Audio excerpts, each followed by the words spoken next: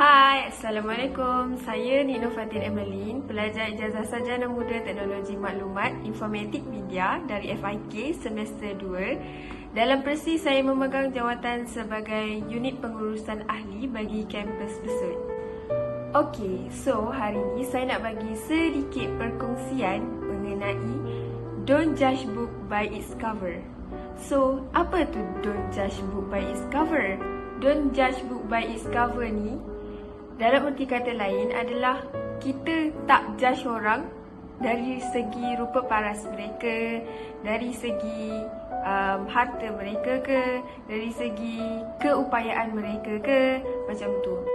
Jadi, yang Nabi ajarkan kepada kita bila kita nak terima nasihat daripada orang, kita nak terima teguran daripada orang, Nabi ajar kita kena tengok kepada akhlak dia, first akhlak dia, dan yang kedua ilmu dia.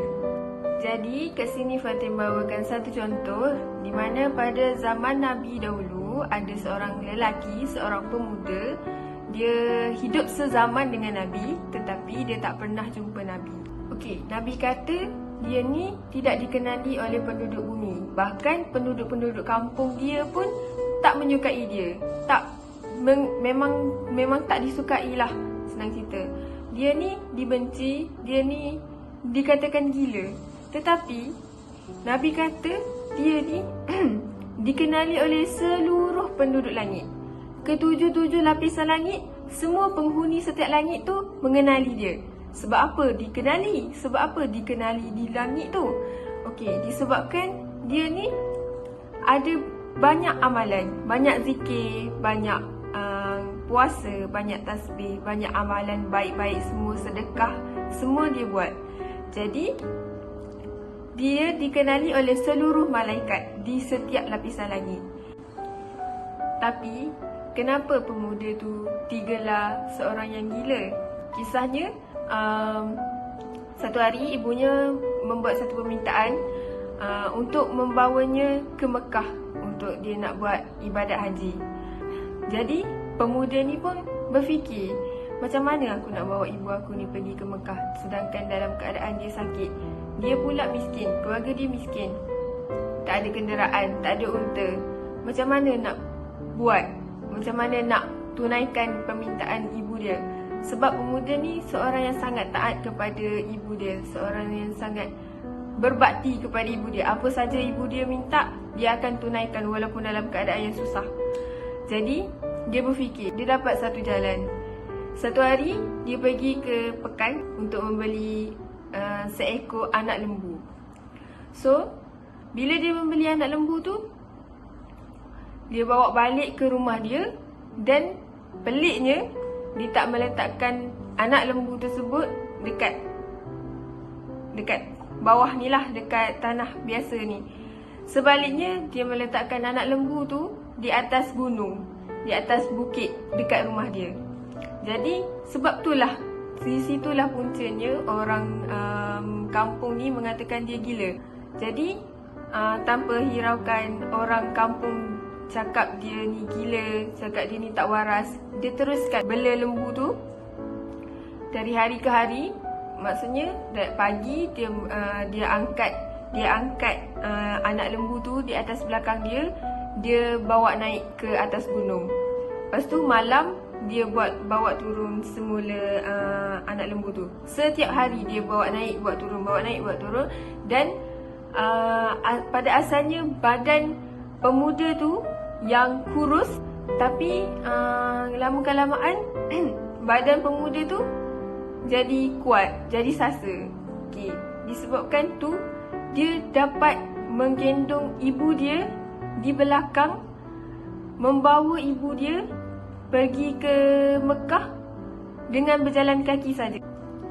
Jadi bila datang satu musim haji, selepas kewafatan Nabi dah lah ni, Sayyidina Umar pun nak mencarilah orang yang Nabi cakap tu, Uwais Al-Qarni tu.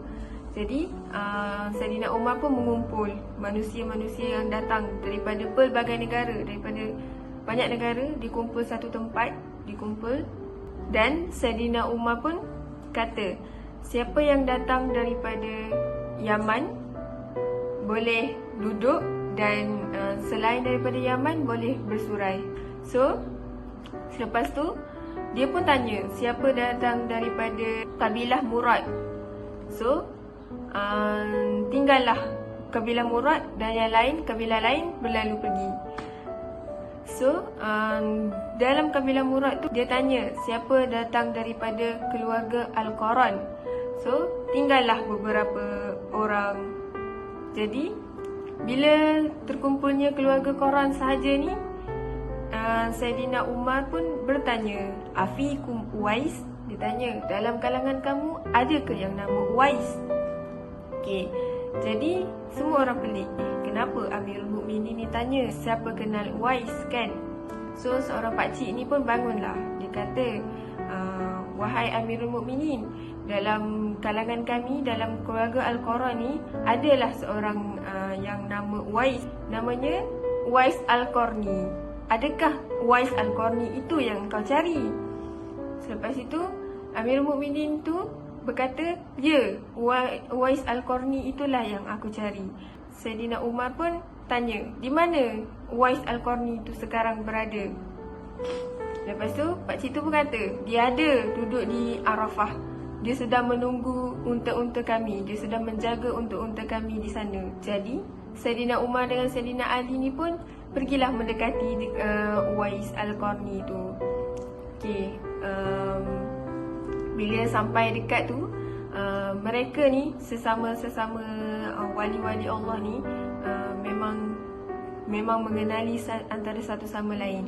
Jadi Uwais ni pun tanyalah, wahai Amirul Mukminin, ada apa kamu datang bertemu dengan aku? Saidina Umar kata, semasa Nabi masih hidup, Nabi pernah mengatakan tentang kamu, tentang darjat kamu di sisi Allah Subhanahu Wa Taala. Nabi mengatakan bahawasanya setiap amalan kamu, setiap apa perkara kebaikan yang kamu lakukan, semuanya diterima Allah Subhanahu Wa Taala, dan kamu adalah seorang wali Allah yang paling besar pada zaman ini. Maksudnya pada zaman itulah. Apa yang kita boleh ambil daripada kisah Uwais Al-Qarni ni adalah, walaupun dia tu seorang yang orang anggap dia tak betul, orang benci dia, orang tak suka Uwais tu, tetapi kita tak boleh nak judge orang macam tu je. Kita tak tahu apa pangkat dia, apa makam dia di sisi Allah Subhanahu Wa Taala yang sebenarnya.